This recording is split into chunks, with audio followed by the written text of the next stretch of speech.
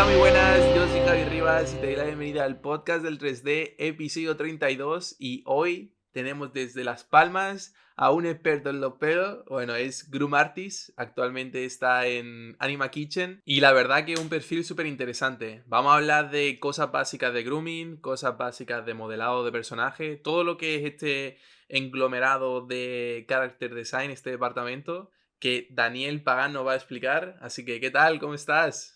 Pues muy buenas, Javi, aquí encantado de tu invitación y bastante sorprendido, la verdad, no me la esperaba. No te lo No me la esperaba, esperaba ¿no? para nada. Sí, como te he Nada, tío. comentado, también está bien conocer un poco también, pues eso, los perfiles que llevan poco tiempo, bueno, en tu caso lleva 1 año y medio, 2 años, o también Ujú, supervisores, que también ese rango es interesante hablar de él. Así que Daniel, ujú. coméntanos un poco cómo empezaste en todo el mundillo del 3D. Pues, a ver, mi historia hasta llegar a los 30 días fue un poco así, no fue directa ni mucho menos. La verdad es que, y después de ver tu canal he visto que tampoco soy el único, ¿sabes? Que hay mucha Exacto. gente que pasa lo mismo y gente que cambia de sector en un momento loco, que a lo mejor llevan 10 años. Pues mira, yo empecé en Bellas Artes. Yo fui a la carrera de Bellas Artes. Y cuando fui a Bellas Artes, o sea, yo no tenía ni idea de que podía dedicarme a esto del 3D, ni siquiera en la propia carrera tampoco me hablaron de esto. En Bellas Artes hacía pues lo típico, lo que te puedes imaginar, dibujo, pintura, escultura, algo digital, algo de audiovisuales, edición de vídeo, tal. Pero hubo una asignatura en la que vino un profesor que ni siquiera era de la facultad, que era de la facultad de, creo que era de informática, y nos enseñó Blender un día. Hostia. Blender. Nos enseñó Blender. Esa fue la primera vez que yo vi un software de 3D. Y pues nada, tirando del hilo, pues esas clases las odiaba todo el mundo, porque claro, era algo que era, digamos, como la cosa distinta a lo que hacíamos. La gente estaba muy acostumbrada a hacer un arte más tradicional y eso era como más temas ordenadores, temas... La gente no controlaba mucho y a nadie le gustaba esa asignatura. Pero el profesor empezó a enseñarnos cosas, todo lo que se podía hacer con eso, y yo dije, a ver, Se te iluminaron esto los ojos, ¿no? un poquillo sí, porque yo ya tenía un poco ahí la curiosidad por el tema de los videojuegos. Yo tenía ahí la mosca detrás de la oreja, pero nunca había sabido con qué meterme. Yo pensaba, digo, pues para hacer videojuegos a lo mejor había que hacer programación o había que hacer informática o alguna cosa así. No sabía que desde el arte había alguna manera de meterme. Nunca se me había hablado de ello, ni en la carrera, ni en el instituto, ni nada. Y descubrí ese software. Y pues nada, tío, pues a partir de ahí ya no toqué otra cosa. Estuve con Blender todo lo que me quedó de carrera por mi cuenta, porque ya la asignatura desapareció, Ah, vale. pero la asignatura desapareció, fue muy poco tiempo, pero yo hice hasta mi proyecto fin de carrera, lo hice con Blender. Y, y nada, fue a partir de ahí cuando empecé a interesarme por todos los software que había en 3D o todas las variantes con las que se pudiese hacer eso y qué es lo que yo podía hacer con eso. Y entonces entré en un máster de videojuegos. Vale. Yo cuando, o sea, mi primer contacto real de aprender, porque claro, lo que te estoy diciendo de Blender en Bellas Artes, ahí nadie me enseñó las bases del 3D, me enseñaron el software. Ya, Y y yo sabía seguramente que sería algo básico, muy, muy básico de Blender.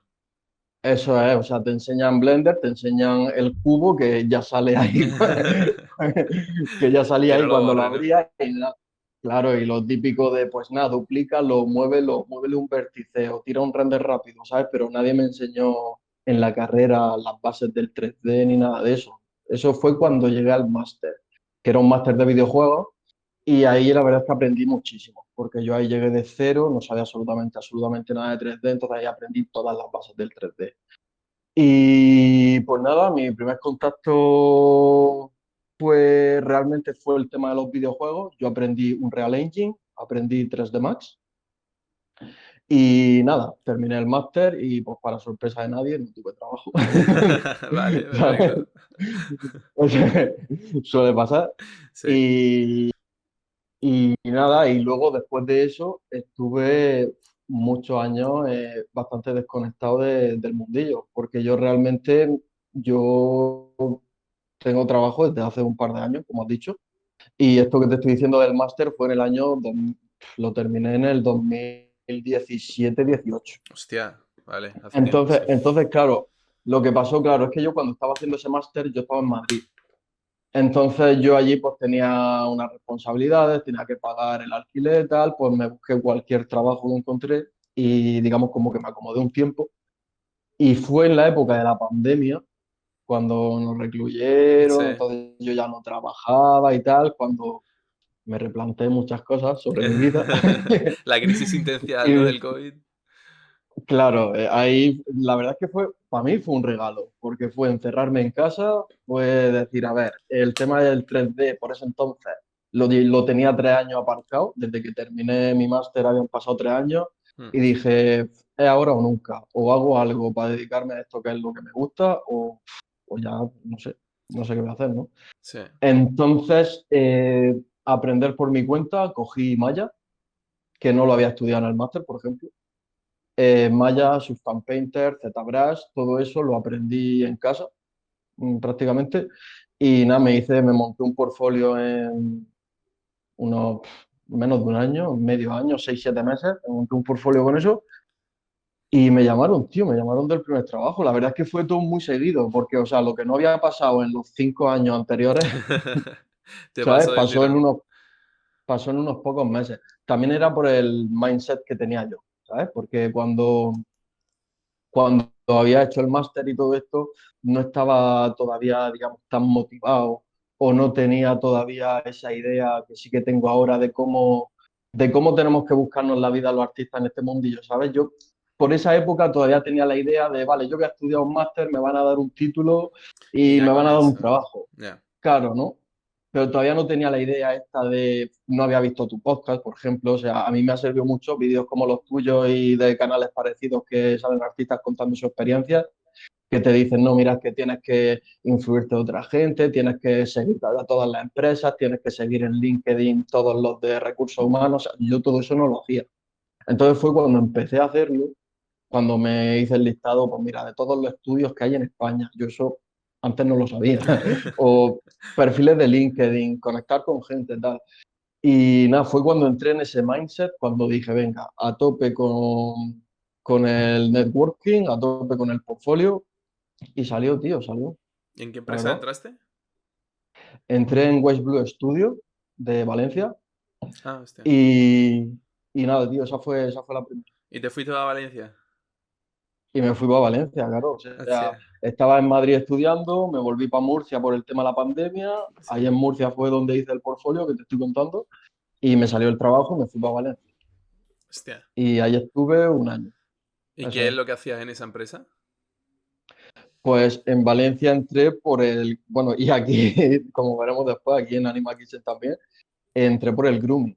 Me Vale. llamaron, digamos que el primer reclamo, el motivo por el que me contactaron fue el grooming, por el tema de saber hacer pelo.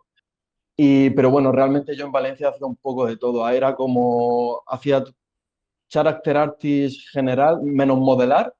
La parte de modelado sí que no la hacía yo, la hacían otros compañeros, pero texturas, materiales y grooming y luego simulación de pelo, eso sí lo hacía en Valencia.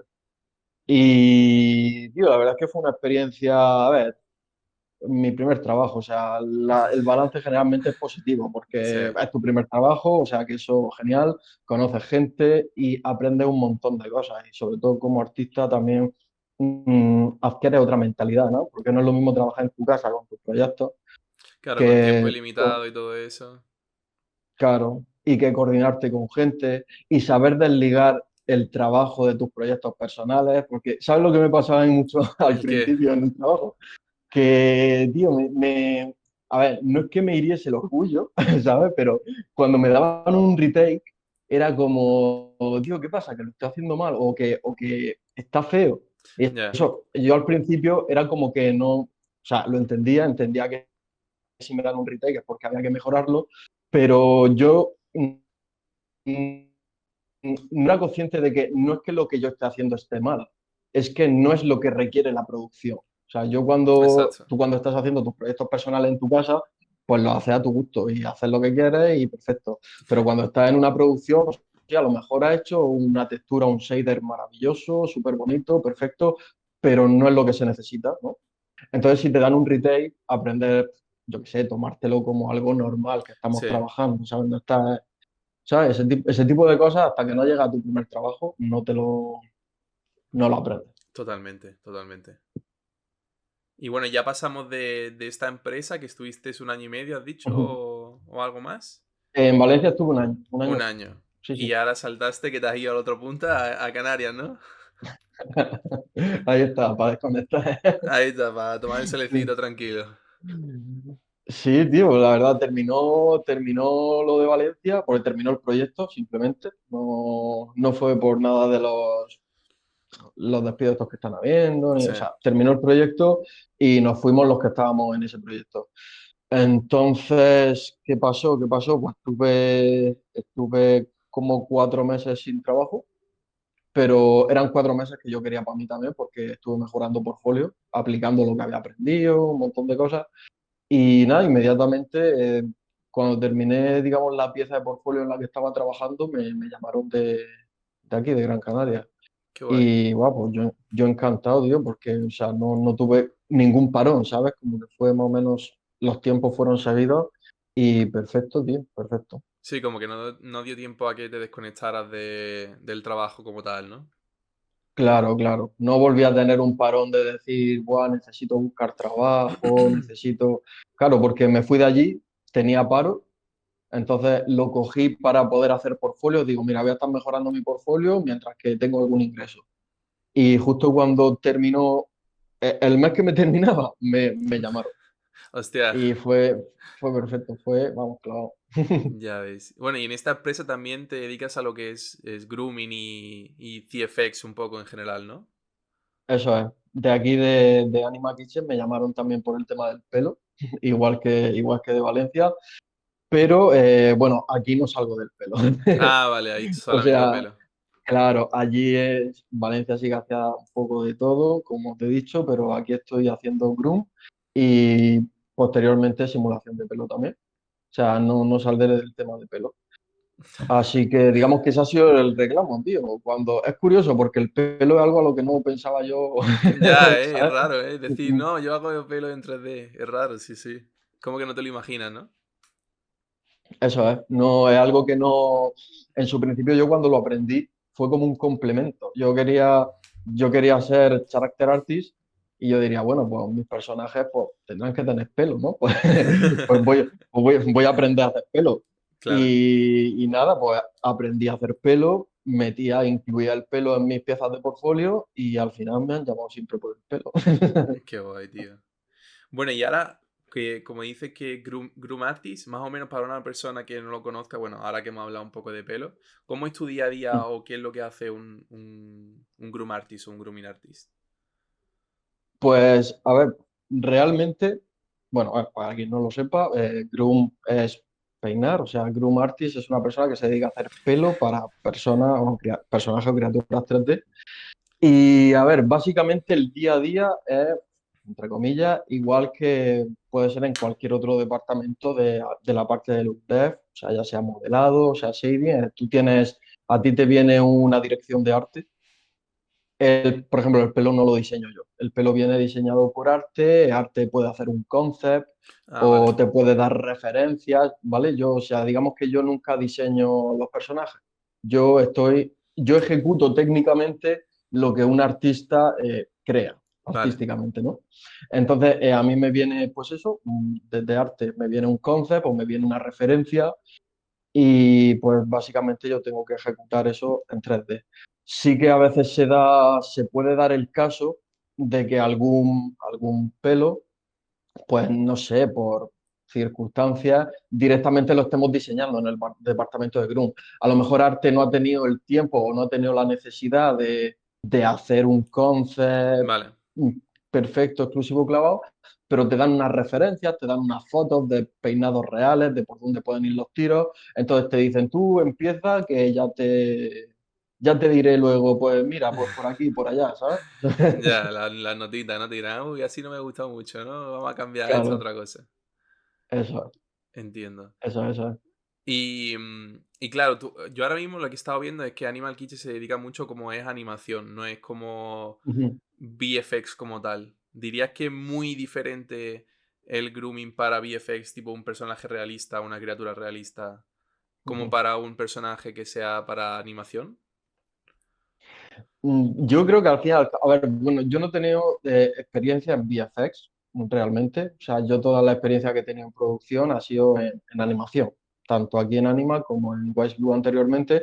Entonces, tampoco puedo hacer esa comparativa, Vale, digamos, por mi propia experiencia, ¿no?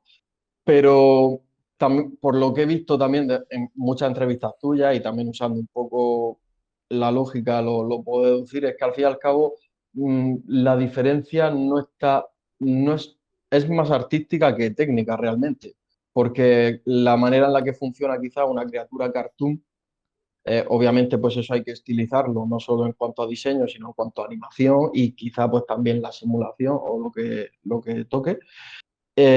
Pero eso son decisiones que generalmente toma arte, ya. como quiere que eso finalmente se vea, y luego tú te dedicas a, vale, pues a ejecutarlo en 3D, ¿no? Entonces, diferencias que yo pueda ver así en el pelo muy, muy, muy notables. A ver, sí que me he hecho alguna vez algún proyecto personal pretendiendo que sea más realista. Aunque pueda parecer lo contrario, casi que el realismo me parece más sencillo, Sí, ¿sabes? ostras, pues yo pensaba que era todo lo Casi contrario, ¿eh? parece que no, al principio parece que no, porque sí que es verdad que nosotros tenemos el ojo muy entrenado a la vida real, entonces cuando vemos algo que se pretende ser real pero no lo consigue, lo vemos raro y ese tipo de cosas, eso es verdad. Pero una vez que consigues saltar esa barrera, tú piensas que del realismo siempre tiene infinitas referencias y es algo que puedes intentar calcar con la práctica y controlando tu disciplina, en mi caso sería el grooming, al final ya te viene prácticamente rodado. Pero en cartoon muchas veces no sabes lo que está en la cabeza de quien pretende comunicarte algo, ¿no? No sabes realmente de qué forma quiere estilizarlo o de qué forma quiere que eso no sea realista. También el problema que tenemos muchas veces es que los shaders eh, funcionan de forma fotorrealista, ¿no? Reaccionan de forma realista a la luz. Todo eso le da un extra de realismo que a veces no se quiere conseguir, Ya, a veces no quieres que sea realista. Entonces dices, uff, a ver, ¿sabes? claro, A ver claro. por dónde tiro. Sí, sí, pues Ujú, sabes que yo te lo juro que pensaba, claro, como una persona. Porque yo estaba viendo tu proyecto de Percy Jackson como ujú, ambientado en todo lo del Hobbit y todo esto. Y claro, él tenía ujú, como los pelos muy, muy locos, tipo ambientado en este mundillo. Y claro, yo pensaba, como todo ese tipo de estilo tiene que ser súper complicado porque yo viendo personajes de animación son como que tienen el pelo como muy perfecto, entre muchas comillas, muy estilizado, como dices tú. Entonces he ujú, pensado, joder, pues a lo mejor es súper fácil y. Bueno, súper fácil. En general, de siendo artista de grouping, ¿sabes? Pero el otro ujú. decía yo, madre mía, tiene que ser una comida de cabeza, tío. Y tremenda. Al final depende del proyecto. Al Ya, final depende del proyecto. Y sí que la dificultad muchas veces está, independientemente. Sí que es verdad que puedes pensar, un pelo estilizado que es más sencillito, que está como mejor peinado y tal, es más sencillo porque tienes que meterle menos ruido que un pelo que a lo mejor es más realista y pretende que tenga más detalle, un mechón por aquí, un mechón por allá. Pero es que luego, al fin y al cabo, la dificultad real reside en lo que te estén pidiendo. ya, Porque si tú quieres hacer un pelo realista y simplemente coges y le metes un ruido al pelo para que el pelo se alborote, pues eso da el pego. Pero a lo mejor no quieren ese tipo de ruido o sí que lo quieren, pero a lo mejor quieren que el pelo se abra por una zona concreta o tenga ruido en una zona pero se alise por otra. Ahí es donde ya entra la complejidad. Entonces se te puede dar el caso de que a lo mejor tenga un personaje realista que se te haga muy fácil porque no te piden esas cosas ya. o que se te haga muy difícil si sí te las piden, y lo mismo pasa con un personaje estilizado. Que tú puedes decir, va, es súper sencillo porque mira, el pelo es liso y no tengo que meterle mucho ruido, no tengo que meterle mucha variación. Puede ser, pero a lo mejor luego te piden una locura. Ya me imagino. Entonces, es independiente del proyecto. O sea, cada proyecto es único. Puede tener sus propios inconvenientes, sus propias ventajas, eso depende. Claro. Sí, supongo que eso, cada proyecto y cada personaje será un mundo totalmente diferente. Entonces, tú como artista, ¿cómo dirías tú qué hace o qué cosa más o menos utilizas para que un pelo se vea realista, un pelo en 3D? Que tú lo veas y digas, joder, esto no me encanta tanto, por ejemplo. Vale, o sea, que no me cante, o sea, te refieres a... Sí, que se vea como el proyecto este que hiciste tú de Percy Mm, Jackson, que se ve un perro realista. ¿Qué dirías tú que son las cosas que más o menos tienes que hacer ya. para llegar a ese resultado? A ver, de las facilidades de las pocas que hay dentro del departamento de Groom, es que el pelo, bueno, yo trabajo con Arnold, concretamente. Yo la experiencia que tengo es renderizando el pelo en Arnold. Hmm, Entonces, el pelo ya de por sí, con el material de Arnold, ya funciona, o sea, al menos el shading de cada pelo ya funciona de forma realista. vale, Entonces eso ya es un plus que te da de decir, yo no tengo que configurar que la hebra, o sea, que el pelo, que la hebra de pelo tenga opacidad o tenga especular, todo eso ya ya está puesto. casi que de base viene dado, luego sí que es verdad que eso se puede tocar o tú puedes ponerlo a tu gusto, tú puedes tocar lo que quieras, pero por lo general la naturaleza del pelo ya suele venir funcionando y eso ayuda. Pero lo que realmente hace que un pelo sea realista no es su shading, o sea, no es la forma, el material de las hebras de pelo, sino la manera en la que tú trabajas los mechones de pelo. Porque los mechones de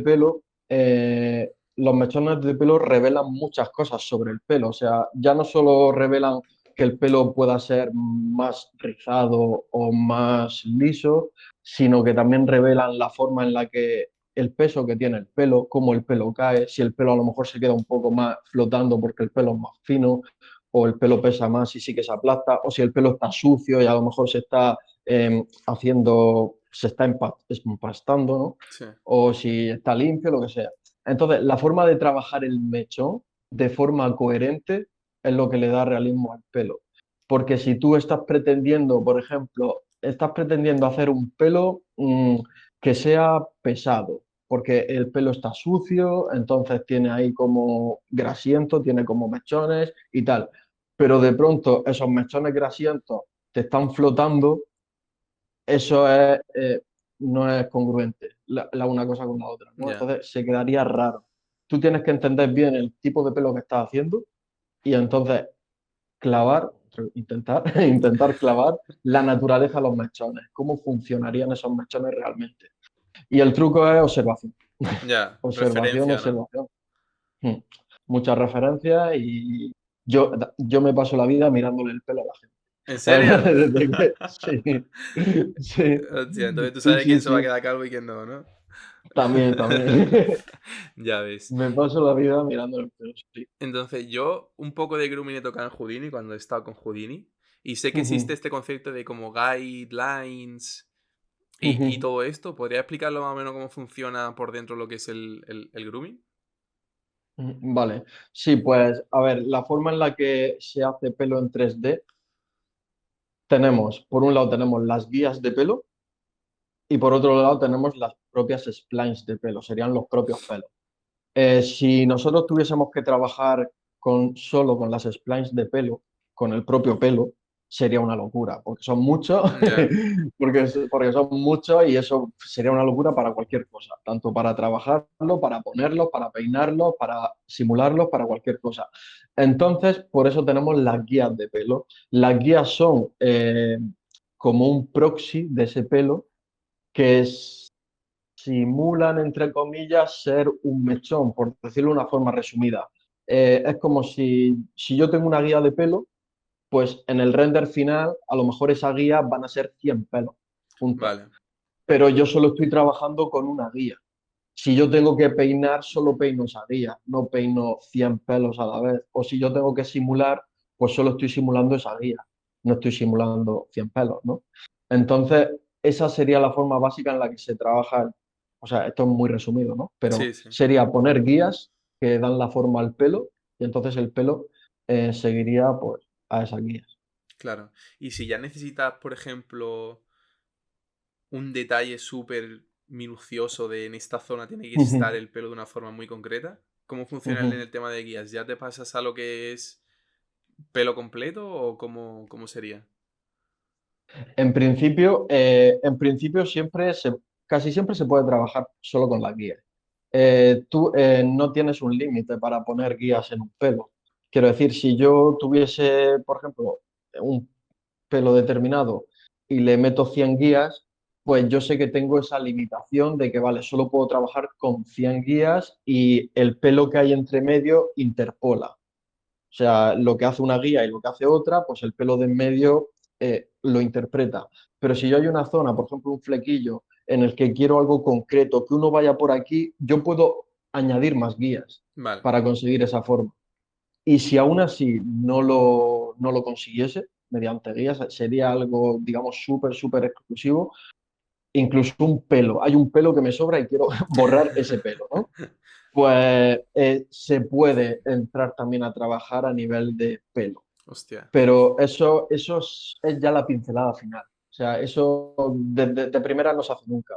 Por lo general, tú siempre estás trabajando con las guías, consigues que el pelo general tenga la forma que quieres y ya cuando eso funciona y eso está prácticamente aprobado, pues a lo mejor si te pones a ser un poco más minucioso, ¿vale? Este mechón que tiene mucho protagonismo, se lo voy a peinar de esta forma, o a lo mejor este pelo que se me ha escapado y nace de la frente, se lo borro, o cualquier cosa, ¿no? Al final siempre puedes trabajar a nivel pelo, pero se deja para el final. Claro, claro. Sí, yo también supongo que será tema de que te diga el supervisor o el cliente que te diga, mira, que este pelo aquí no me encaja tanto, ¿no? Y lo quieren quitado o lo que sea. Y ya es cuando tú te tienes que meter dentro y decir, venga, borro este. O puedes añadir solamente un pelo. Yo que sé, que a lo mejor te diga el cliente, oye, quiero que tenga un pelo aquí atrás, solamente uno. ¿Eso Sí, lo puedes sí, sí, hacer? sí. Sí. Sí, sí, sí, se puede, se puede. Se Hostia. puede hacer a nivel pelo, se puede trabajar, pero obviamente eso Sí. no se hace desde el principio, sería una locura. Siempre empezamos con guía y el pelo se genera proceduralmente. Ya. El software interpreta, interpola esas guías que tú estás poniendo para generar pelo. Luego, cuando ya el software ha creado ese pelo, tú tienes la capacidad de decir, vale, esto me gusta o no me gusta, lo cambio, quito este pelo o puedo añadir pelo por otra zona en el caso de que el software no lo haya hecho. Aunque bueno, por lo generalmente si el software no te pone pelo en un sitio, lo ideal es que, o sea, si no lo haces es porque generalmente tú no has puesto una guía ahí. Ya. ¿Sabes? Es muy raro que tú vayas a decir, venga, pues voy a poner pelo aquí sin guía. Dices, ¿y eso para qué, no? Pues Ya, eso no tiene sentido, ¿no? claro, pues tú montas tu guía y el pelo saldrá, ¿no? Pero sí, por lo generalmente puedes, al final puedes tocar al detalle. Qué guay, qué guay. Y esto entiendo que partís ya de lo que es el modelo terminado del personaje o de la criatura. Eso sería lo ideal. Ah, vale, ahí quiero ir. Entonces, como siempre pasan cambios y siempre pasa todo esto, cuando Eso cambian es. el modelo, como, porque claro, eso en la guía yo supongo que estarán en tema vértice o polígono y todo esto, y cuando cambian el número o todo esto, se os va todo a la mierda, ¿no? Las guías y el pelo van a una geometría. Entonces, si tú a mitad de tener un personaje y de hacerle pelo y tal, hay algún cambio en algún momento, depende de cómo sea el cambio. Si, por ejemplo, el cambio es simplemente de que, yo qué sé, has cogido un personaje y le has cambiado la forma del cráneo, de cualquier forma, pues a lo mejor te sigue funcionando el pelo porque como la topología no ha cambiado, Vale, pues entonces tu cabellera, donde tú tienes puesto el pelo, se puede adaptar a esa nueva forma sin problema, no ocurriría nada. El problema ya vendría si te cambian la topología. Si te cambian la topología, a ver, siempre se pueden hacer apaños para que tu cabellera case igual y siempre se puede hacer algo, sí, pero lo ideal es que la cabellera y la cabeza del personaje sean iguales. claro. Sobre todo por temas rig, porque tú piensas que, bueno, eso no lo he dicho, pero tú cuando haces pelo no lo estás haciendo directamente en la geometría, digamos, final del personaje, no lo estás haciendo en la geometría que tiene materiales y texturas, sino que lo estás haciendo en una cabeza duplicada que luego no saldrá en render. Ah, vale. Pero, pero en rig están rigueadas a la par, una encima de otra porque son iguales. Los vértices coinciden exactamente, entonces son iguales y tú ahí has puesto tu pelo. Esto se hace generalmente a ver, se hace por un montón de cosas. Se hace porque, primero por seguridad, me parece más limpio hacerlo así, porque imagínate que tú te tienes que poner a hacer el pelo en el personaje que le están haciendo el shading, pero algo se rompe Ya, y métete en los nodos y en los nodos no sabes lo que estás viendo y de todo, ¿no? Y también por el tema de distintos departamentos, porque, por ejemplo, para simulación, pues es más limpio cargarme una Alembic pelado de la animación ya. y ponerle mi pelo que ponerme una escena con un personaje que tenga rig, que tenga shaders, que tenga de todo, ¿no? Entonces, el pelo suele estar en una geometría sola, que solo está para el pelo. Y esa geometría tiene que ser igual a la de tu personaje. Es lo ideal. Que no es igual, algún apaño se puede hacer. Sí, Pero si hay tiempo, lo ideal es que sea la misma. claro, claro. Bueno, y ahora vamos a pasar un poco al tema de modelado, porque tú has hecho modelado y has hecho proyectos personales de lo que es modelado Ujú, y character design y todo esto. Tú, ujú, tema de, bueno, yo supongo que en la carrera de Bellas Artes habrán enseñado a esculpir y todo esto, pero dentro ujú. de ZBrush, ¿eso cómo lo aprendiste tú? ZBrush lo Por tu aprendí por cuenta. prácticamente, sí, por mi cuenta. Prácticamente no, por mi cuenta. Iba a Vale, decir prácticamente por mi cuenta, pero es que al final, era por tu cuenta, ya está. sí, al final ha sido por mi cuenta entero. Sí, a ver, al principio, cuando, cuando tú empiezas con un software 3D, como todos solemos empezar con un software al uso como el Maya, Blender, que te enseñan o sea, haces modelado poligonal, ¿no? Vértice a vértice y tal.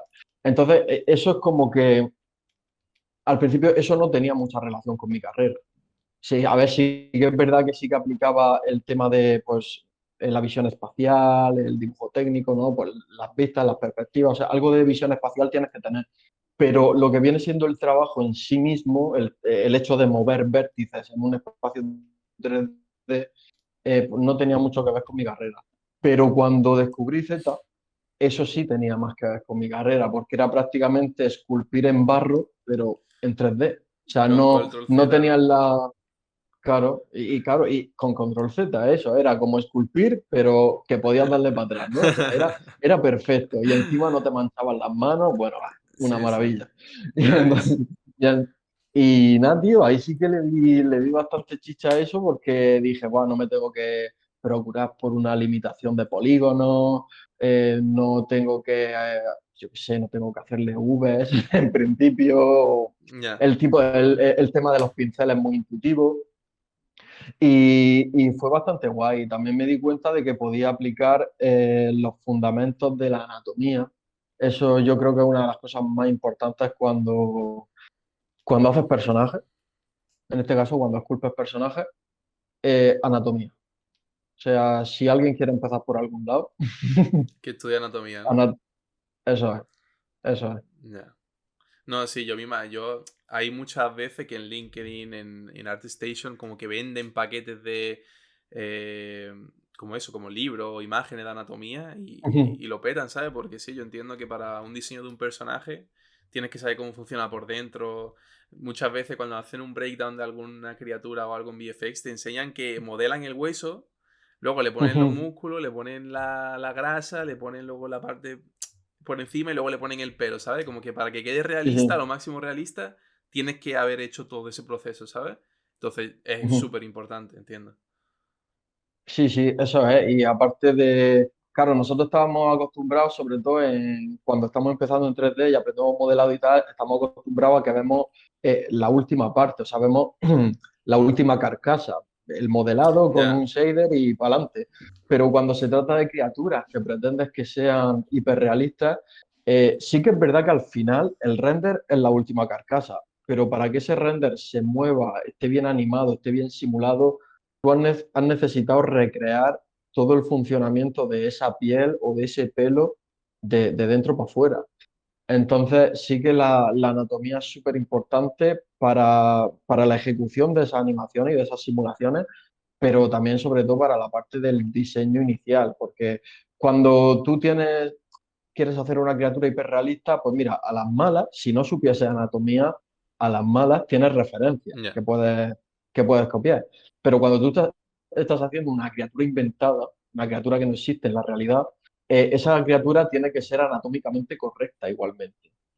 O sea, no puede ser, tú no puedes inventarte, si esa criatura tiene una articulación, esa articulación tiene que responder a una musculatura que mueve esa articulación de una forma que sea coherente, si esa criatura existiese de verdad. Entonces, la anatomía te ayuda a eso, te ayuda no solo a conocer cómo de verdad funciona el cuerpo pues, de un ser humano o de un caballo, si supiese anatomía de animales, sino que también te enseña a aplicarlo a, vale, me voy a inventar una criatura que sea cuadrípedo, pero qué tal, y aplicas lo que, esos conocimientos de la misma forma.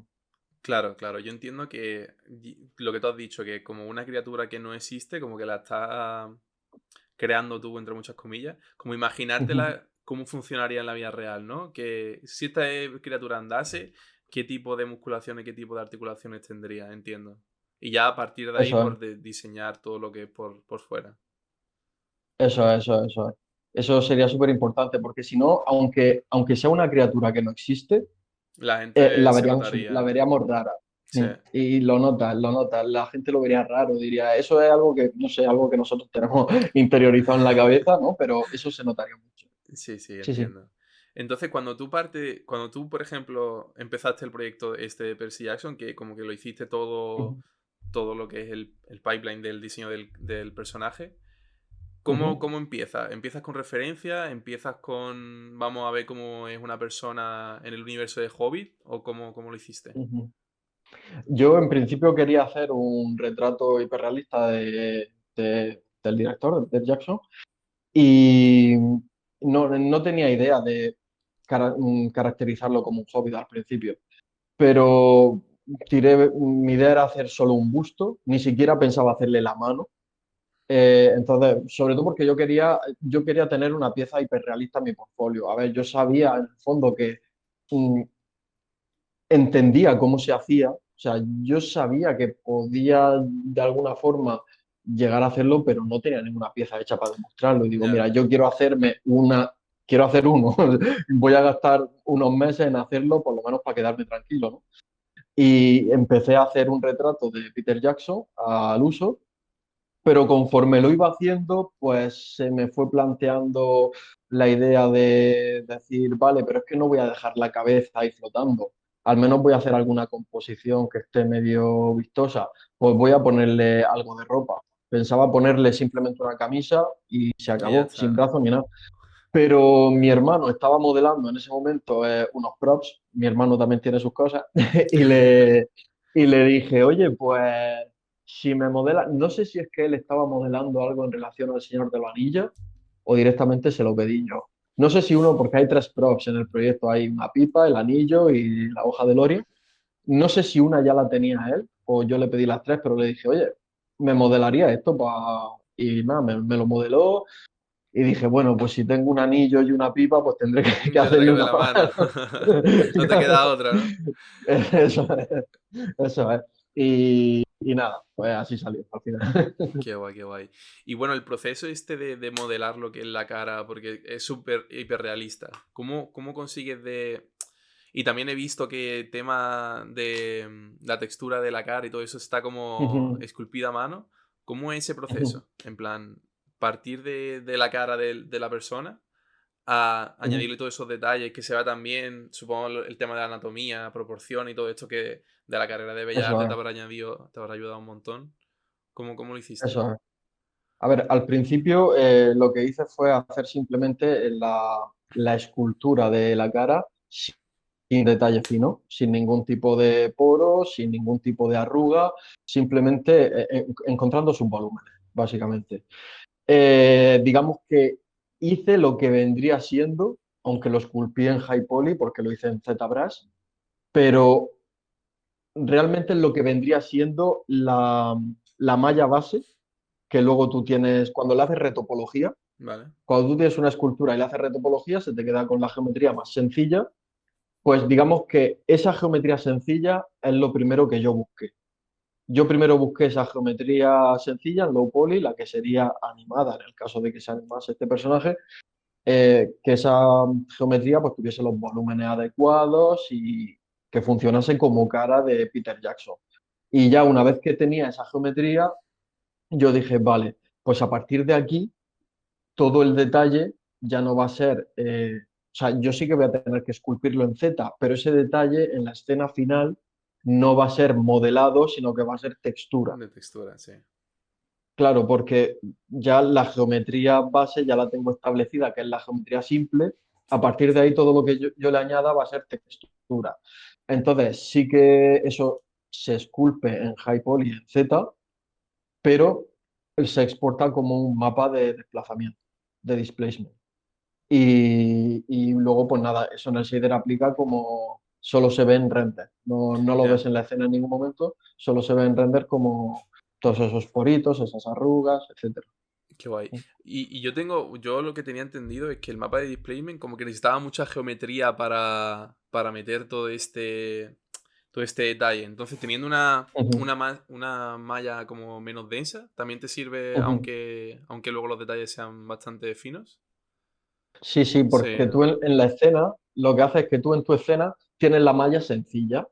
Entonces, esa malla sencilla sería la que un rigger le haría el rig y un modelador animaría, es una malla amigable para esa función. Pero cuando tú la mandas a render, esa malla se subdivide tantas Ah, veces vale. como tú le indiques. Entonces, vale, sí, el rigger y el animador pues te han movido una malla sencilla, tal, pero luego tú le das a render y entonces esa geometría, boom, se subdivide un montonazo de veces y te aplica el displacement. Y eso pues pasaría fotograma a fotograma en cada fotograma de la animación. Claro.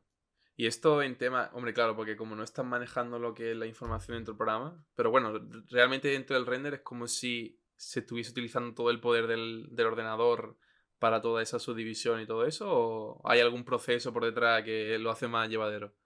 O Esa parte yo ahí ya, ya nos perdemos, ¿no? yo ahí la verdad, a ver, yo lo que sé es que cuando se hace render Sale bien, no ¿no? toca. Sí, me refiero que cuando se hace render procuro ni mirar el PC. Ah, No, vale, vale, vale.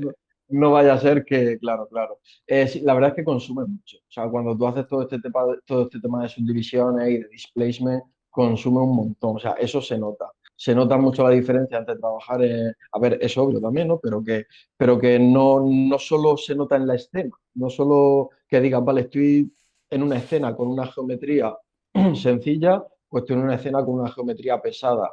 Sí que vale, en la escena se notaría, pero al fin y al cabo, nosotros en la escena siempre tenemos la misma geometría sencilla. Claro, Esas capas de subdivisión solo se aplican cuando tú das a renderizar.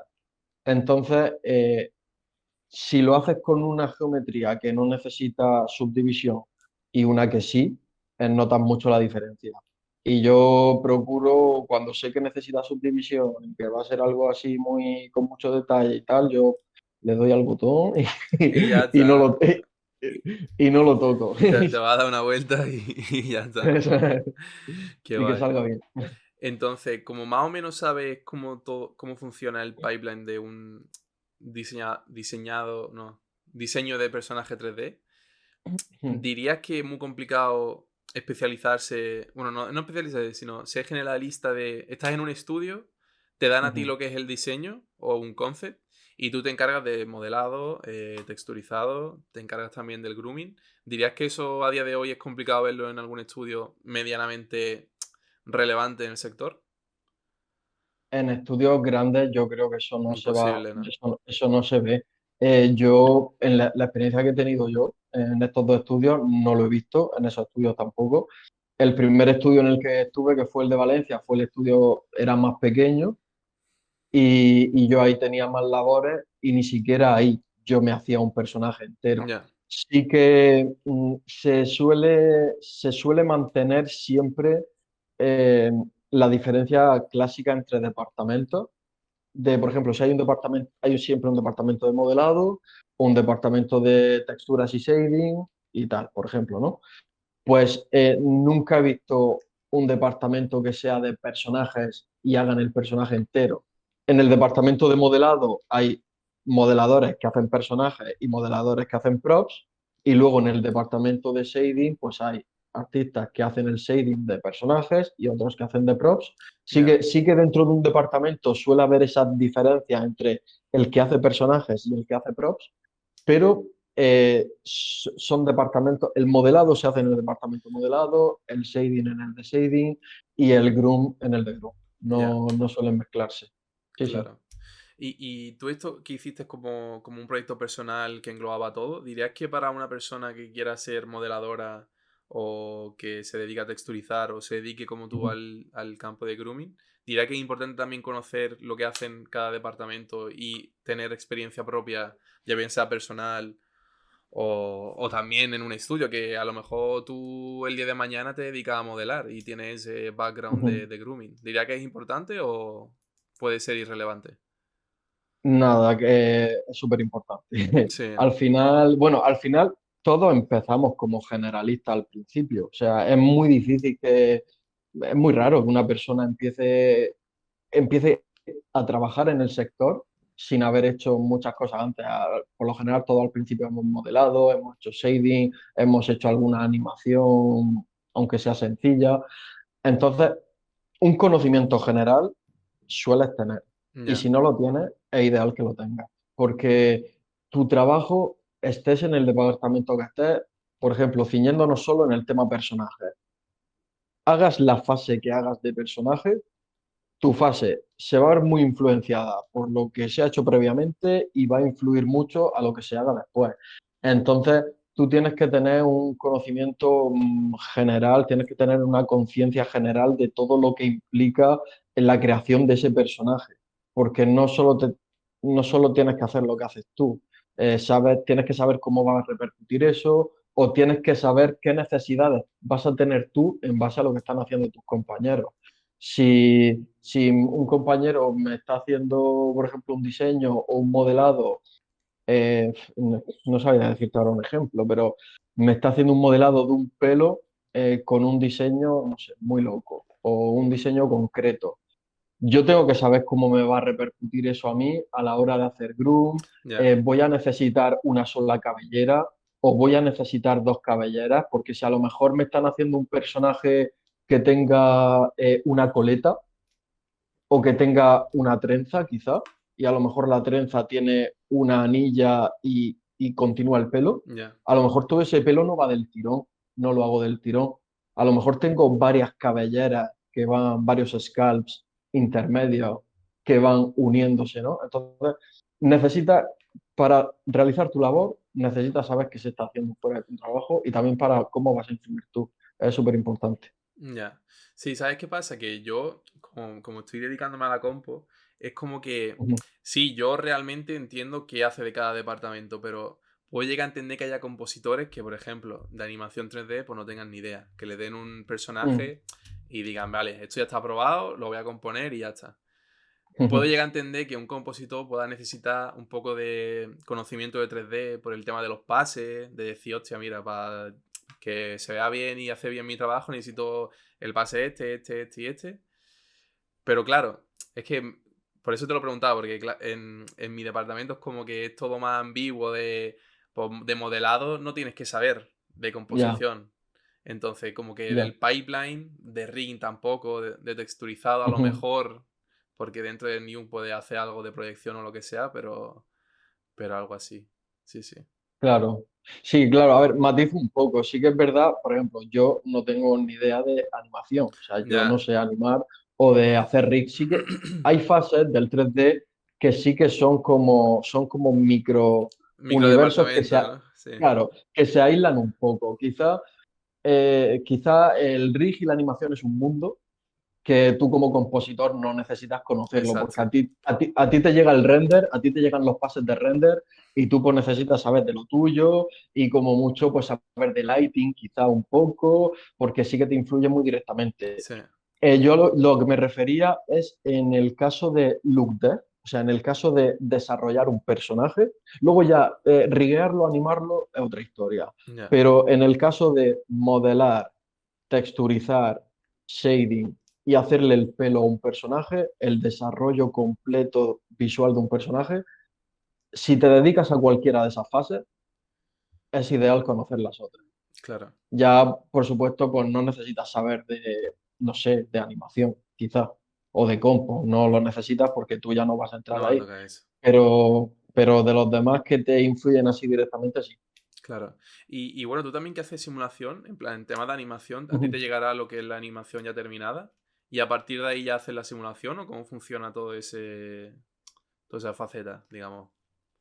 Sí, por lo general, las simulaciones suelen ser como, a ver, suelen ser como una animación secundaria. O sea, lo importante es el trabajo del animador y la animación que se haga. Y una vez que se ha hecho esa animación, eh, la parte que va a ser simulada, en este caso el pelo, ya viene con un input. Voy a ver si me explico un poco mejor. Tú quieres simular un pelo. Tú quieres que el pelo tenga un movimiento concreto. Sí. Ese movimiento ya viene, ya viene una especie de blocking desde animación. Ah, Entonces, vale. tu pelo ya de base va a tener ese movimiento. Pero ¿qué pasa? Que un animador, pues puede hacer una animación de pelo, a lo mejor que no sea físicamente muy realista, porque, bueno, es muy difícil, ¿no? Clavar el comportamiento de un pelo, lo que Ya. sea. Entonces, eso ya por encima habría una capa de simulación. Pero esa capa de simulación ya estaría previamente controlada por los límites que ese animador ha establecido en esa animación. No sé si se entiende, Sí. porque así yo, si imagínate que yo tengo un personaje con una capa, y ese personaje, por hacer un ejemplo, con ropa, que quizás es más sencillo de entender, y ese personaje va corriendo con la capa. Si yo a lo bruto simulase esa capa, con tanta fuerza interactuando con esa capa, el personaje corriendo, la gravedad, lo que sea, esa capa puede hacer mil cosas en esa simulación, puede hacer lo que sea. Pero si previamente un animador ha puesto dos claves y ha dicho, no, mira, es que la capa va a ser para arriba y para abajo, y ya está. Pues entonces, esa animación, entre comillas, de esa capa será una animación fea, pues será una capa haciendo una cosa así, ¿no? Pero yo a esa animación le haré una simulación que quede realista, pero limitada por esa intención que el animador previamente ya estableció, ¿sabes? Entiendo. Entonces así la animación va más controlada. El trabajo de los animadores es fundamental y sobre todo para el tema de pelo, los pelos muchas veces no se simulan, porque eh, yo cuando en el departamento de Groom cuando hacemos un pelo, también simplemente no solo nos encargamos de hacer el pelo, sino de que el pelo funcione en la escena de render. Vale. Pero muchas veces el movimiento que ese pelo va a tener en la escena de render basta con el que viene dado de animación. Nosotros ponemos el pelo, vemos que funciona bien, bueno, nosotros tenemos nuestro setup en el pelo de simulación para acoplarle la animación, eso son, o sea, digamos, cosas que hay que no podría explicar ahora, ¿no? Porque son como muy, muy técnicas, Vale. pero nosotros haríamos que acoplaríamos esa animación al pelo y diríamos, guay, funciona bien. Entonces, realmente es el animador el que ha animado el pelo. Luego habría casos concretos en que diríamos, no, mira, este pelo sí que necesita una simulación extra, pues se lo haríamos. Pero generalmente no siempre se simula.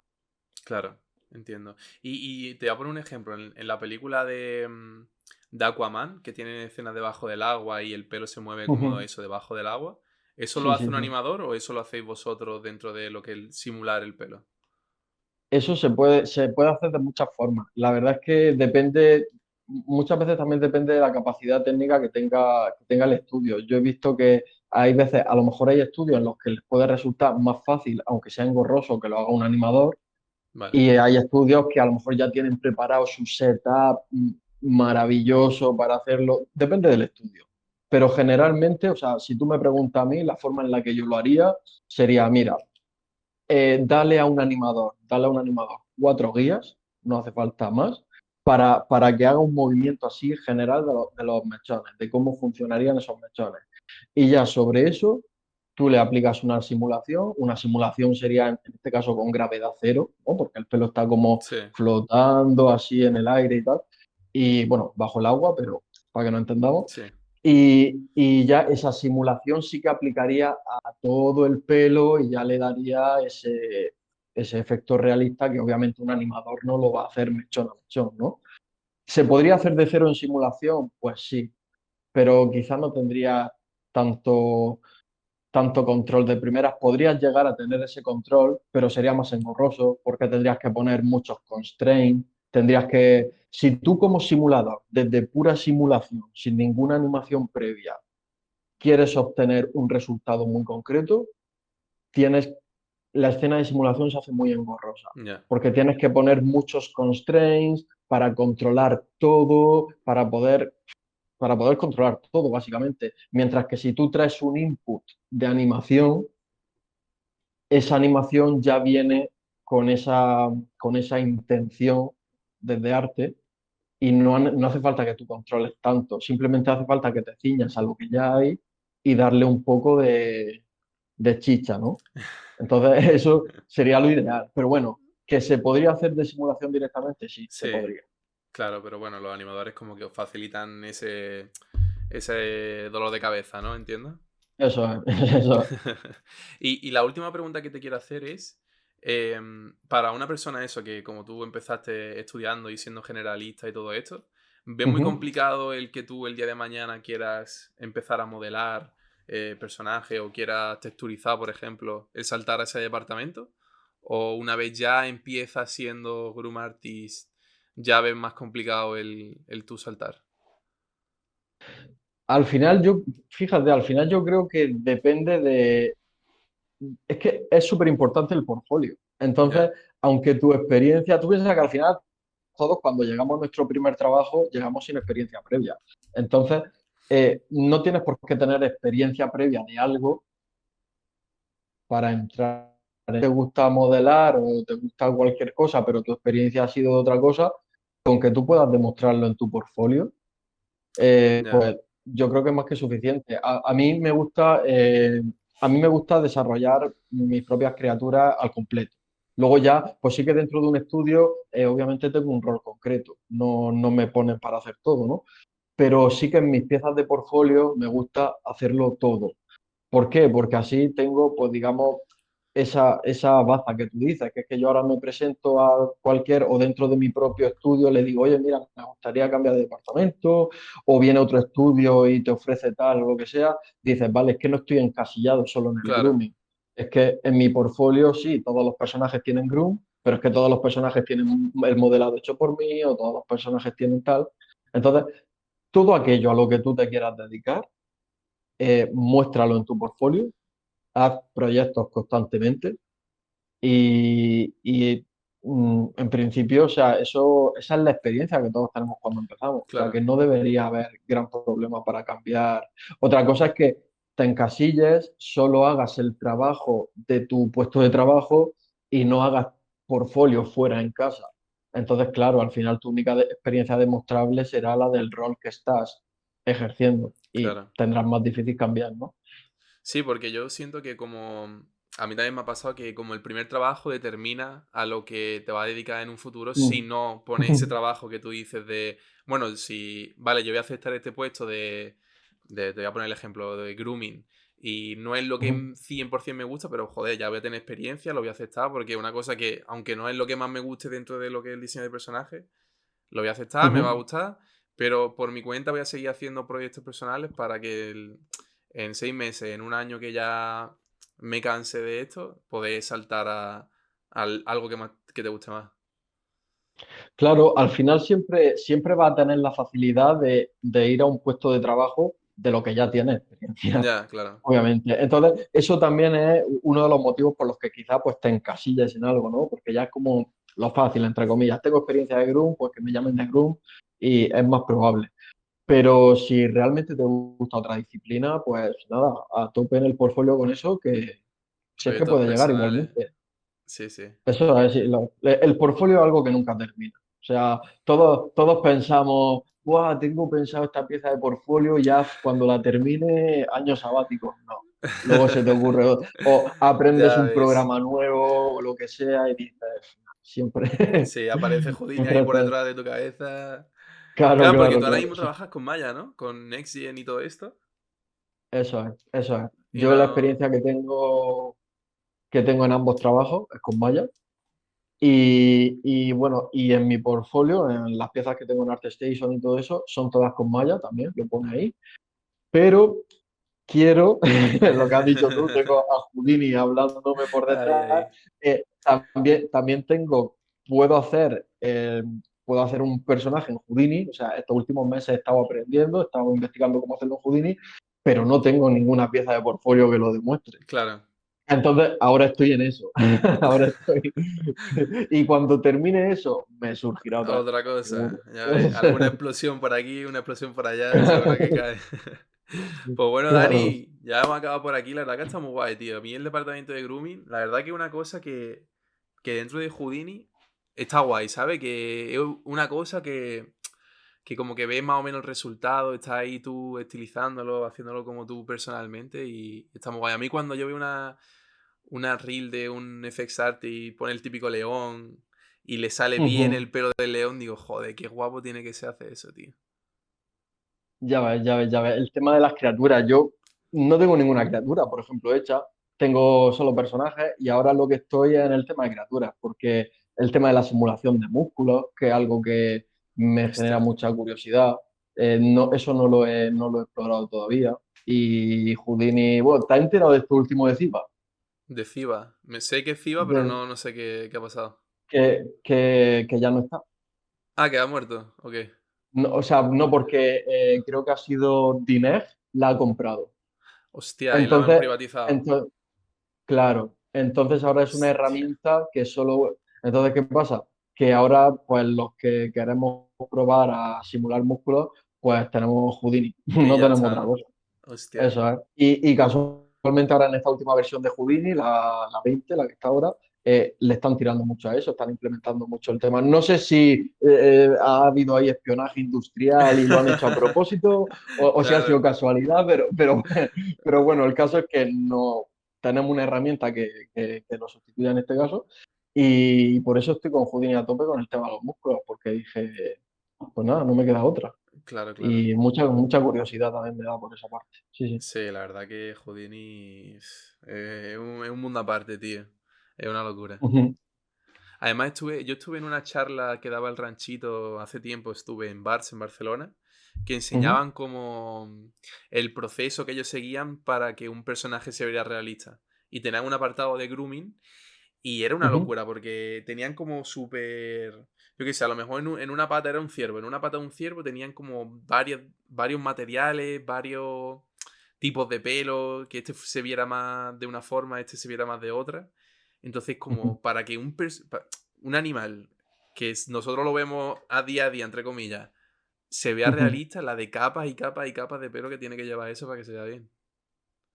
Pues sí, la verdad, eso nunca, como te digo, yo no he hecho una criatura a ese nivel de detalle, En el la to-do tengo en list. lista, la tengo en esa lista interminable, no tardará mucho en llegar, pero sí, el tema del pelaje de los animales es un mundo porque es muy distinto al pelo, bueno, ya por la propia naturaleza del pelo, no es como el pelo humano, pero tampoco se limita solo a la cabeza, es la cosa. Claro, Influye todo el cuerpo, cada animal tiene un pelaje distinto, o sea, no es lo mismo hacer un oso que un león, que un perro, el grosor del pelo, la forma en la que hace los mechones, todo, la forma en la que se ensucia.